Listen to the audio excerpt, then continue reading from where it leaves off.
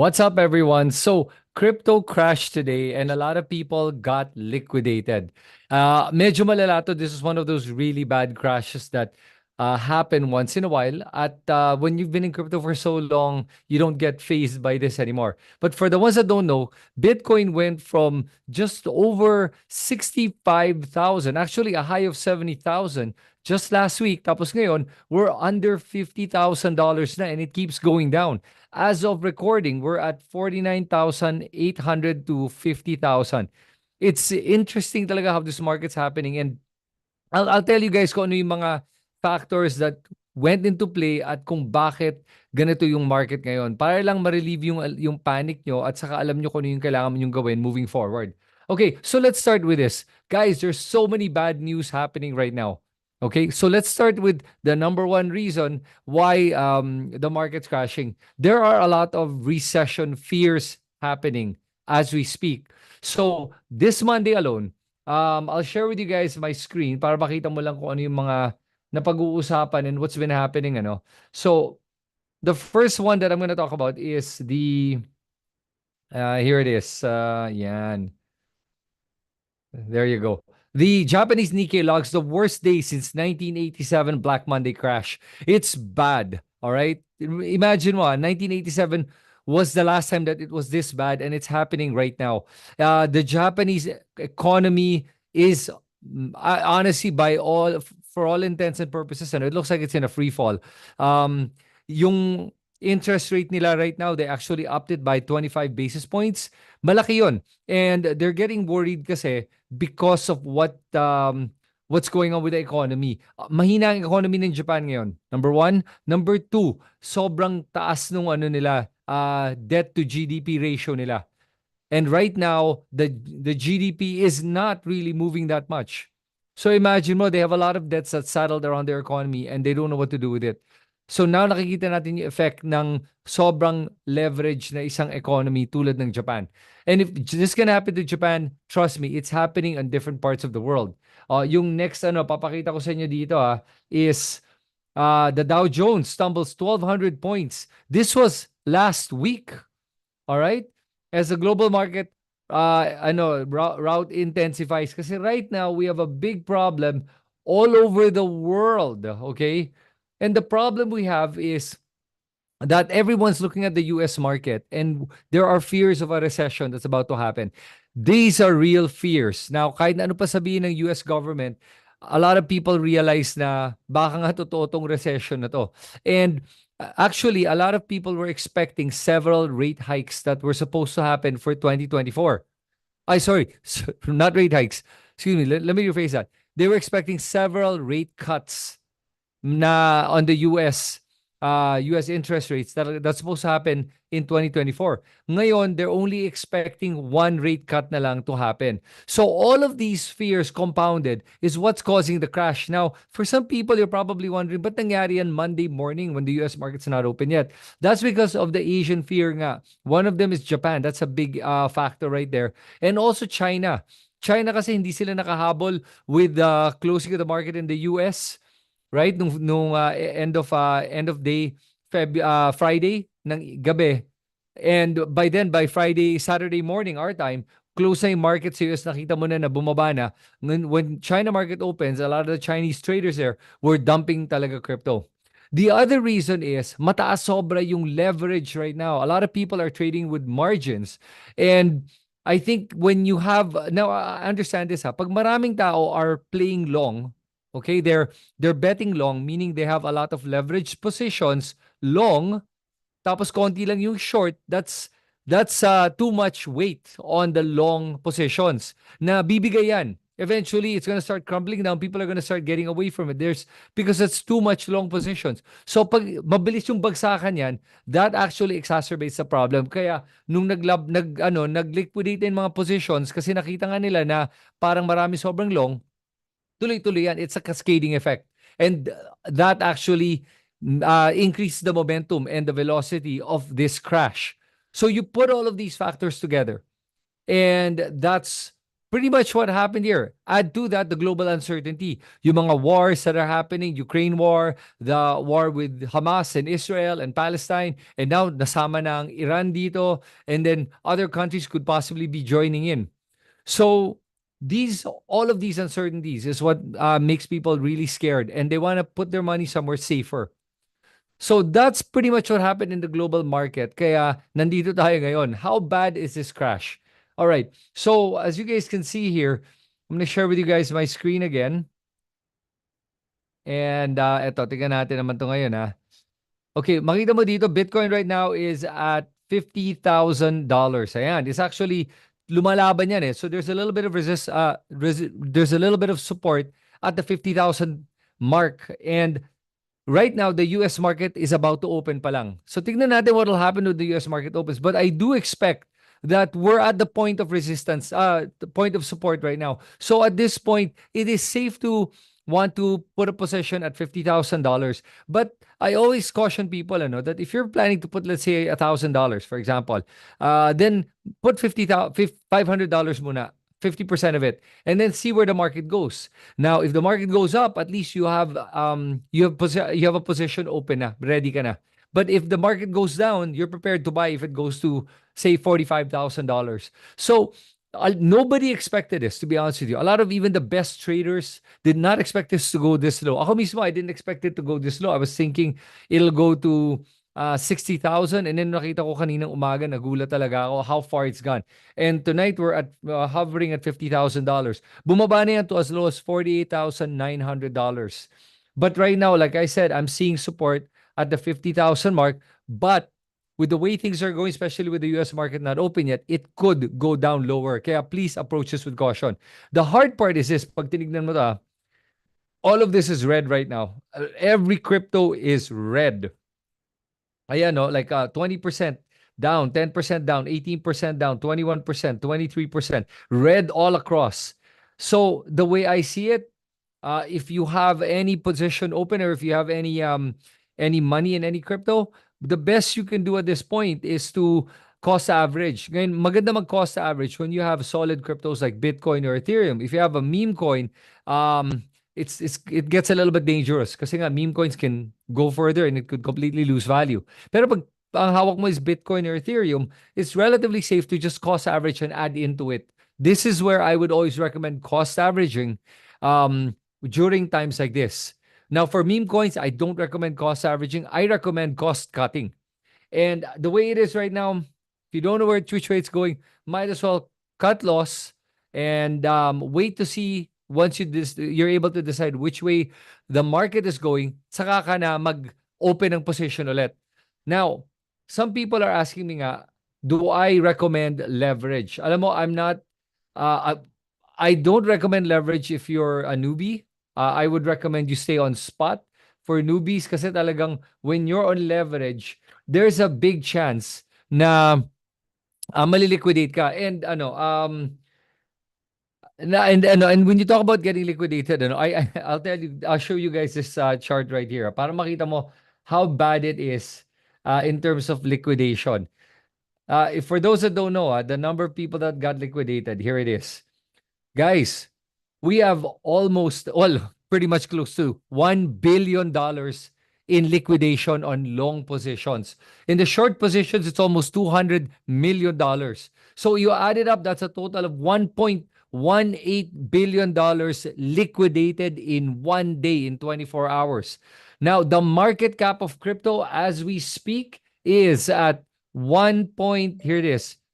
It's at $1.84 trillion. It lost 14% of its market value in one day.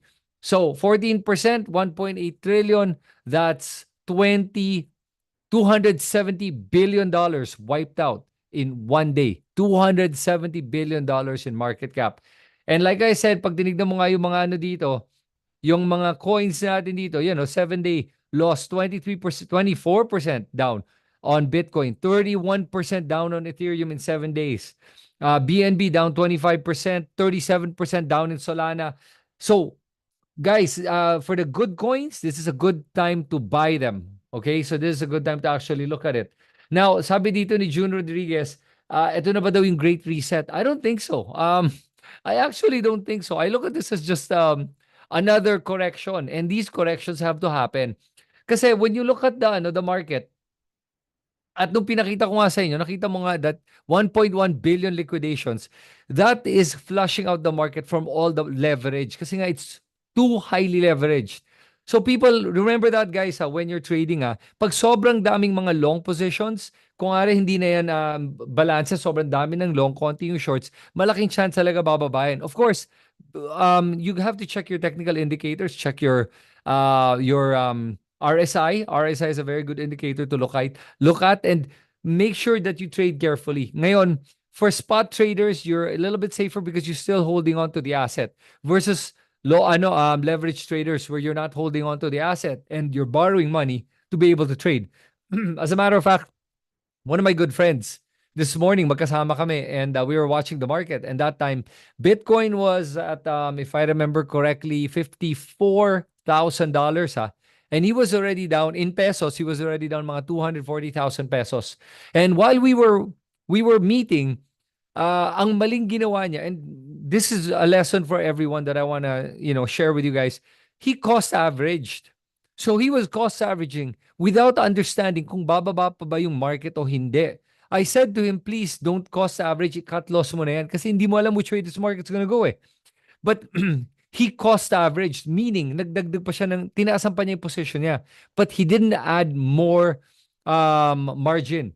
So yung margin niya was the same, pero yung position niya lumaki. Okay, because he thought he was already at the bottom, but he was catching what they call a falling knife. Ano nangyari? Dahil lumaki yung position niya, lumaki yung risk. Lumiliit yung available margin. So when Bitcoin dropped to $49,000, that was a sudden drop this afternoon.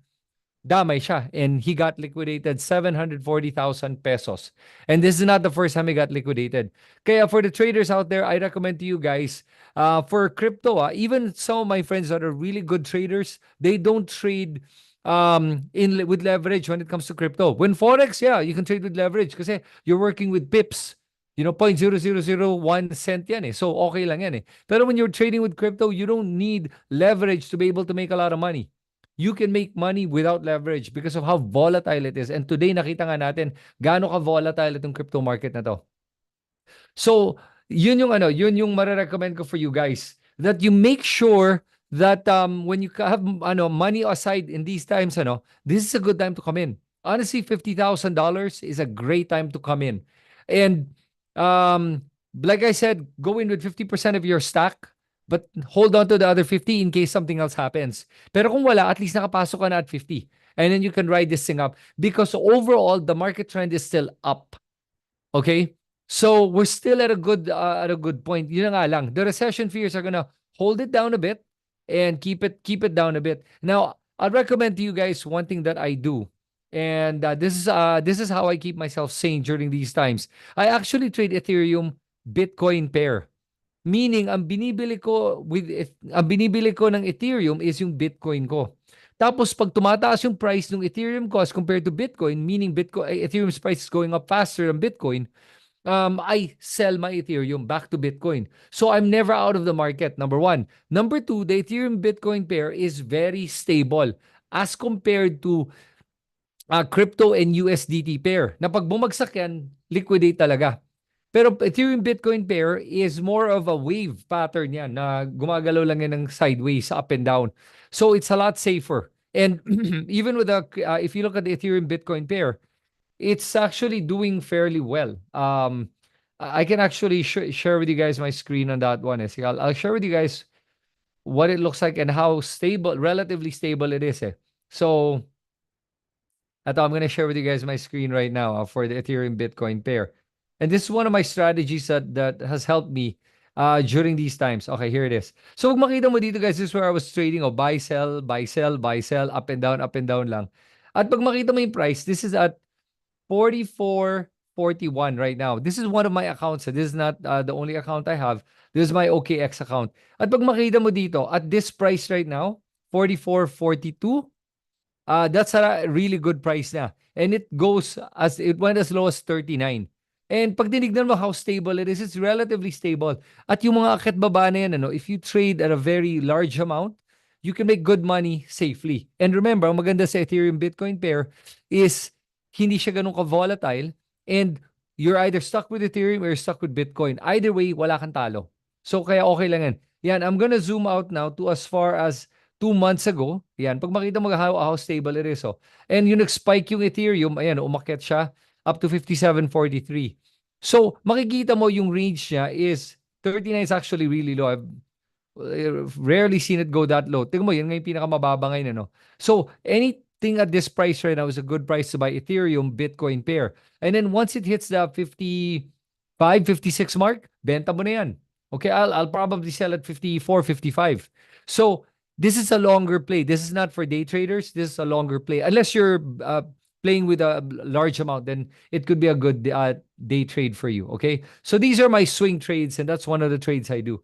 So where do we go from here? So now that you know what caused this market to crash, and nakita mo na that crypto is very volatile, how do you move forward? Right now, my recommendations are stay with the major players here. So in this case, I would recommend Bitcoin, definitely. That's a safe one. Ethereum is also a safe one. If you want something a little bit higher risk with a higher reward, but still relatively safe, another one right now is Solana. Kasi if you look at the price of Solana right now, Solana's at $112. That's a pretty good price for Solana at this point. It could possibly go to 100, but honestly, the way I see it, at a 110, 111, okay na yan. And from let's say it goes to 110, right? When Bitcoin goes back up to about 60 to 65,000, expect Solana to be at least $150 per token. So 150, 160, you've got a 50% increase right there from Solana if Bitcoin goes back to $65,000, mga ganon. So that's a really good play where you can earn about 50% easily. And even at that price, Solana, I can't imagine it going down any lower. If it goes down, it'll probably go down to mga 90s at the worst. So right now, that's a safer play. But for everyone else, I'd recommend you go majority of your money in Bitcoin and Ethereum, because at Bitcoin, if you buy, let's say, $500 of Bitcoin at 50,000, it goes back to 65. You just made 30% of your money, just like that, right? So that's actually a safe one. Ethereum is going to have a higher play where you'll make over almost 40, or let's say 35 to 40% from 2.2 when it goes back up to 3.3. So that's another, no, that's actually a 50% jump. So Ethereum's safe where you can get a 50% growth when it goes back up to 3.3 if Bitcoin goes back to 65. So I recommend Ethereum right now if you want a nice, good play where you can make a 50% increase within the month, I'd say within the next 30 days. Because right now we've had this continuous downtrend for past 7 days ito eh. So right now, the downtrend has taken it to a point where we're at support levels. And from this point, it's gonna either dip a bit more, pero I see that maybe in the next week or two, it should start to recover already at that point, and you can make some money back. All right. So that's my quick update right now for you guys with regards to crypto. I hope this helped you guys in terms of where you're at, and I hope everyone stays safe. And please, guys, don't gamble too much. All right. Yung friend ko, all of 3 dips na nangyari this year. Remember, there was the dip in, I think it was April, or was it May? I don't remember. It was April, and then there was one in June, and now there's one in August. So careful with these dips, and make sure that you don't, put money that you would need for the next 2 to 3 months. You only put money that you can really play with. Whether it's investing or trading, only put money that you don't need in at least a 6-month period. Yan, to be safe na lang. All right? So, sabi ni ni shitcoin is, bili habang yung mga tao ay magduduwag bumili. Sabi nga kanina ni Robert Kiyosaki, yeah, it's true. Be greedy when people are fearful, and be fearful when people are greedy. This is actually the best time to buy. Remember to don't follow your emotions when making these purchases. Follow your mind. Tignan mo yan. Alam mo naman you know these things. All right? Don't be scared when you see that these things are actually happening right now. So that's it, guys. I just hope that this video helped. calm your fears and understand kung ano ba yung nangyayari sa market and what we can do moving forward. Now, remember that no matter what, the way I see it, it's always better to put your money in US dollars and better to put it in Bitcoin as compared to keeping it in Philippine pesos. Although Philippine pesos right now is gaining strength and moving towards the end of the year, it could sustain itself because the Banco Central is also defending the peso. But anything can happen pa rin, all right? The US economy is a big factor. And when they import their inflation to all of us, all countries, because they're the global reserve currency, apektado pa rin tayo nun. So you have to keep that in mind. So that's why I always say keep your money in dollars at the minimum, and at best, keep it in Bitcoin. All right, guys. So yun lang muna for this quick update. I hope you guys learned something. And this is Crypto for Tan. And this is my channel, not your financial advice. Follow me in this channel. This is going to be where I'm going to be doing a lot of my crypto investing, forex, stocks content. Okay? Thanks, everyone. I'll see you guys on the next video. Signing off.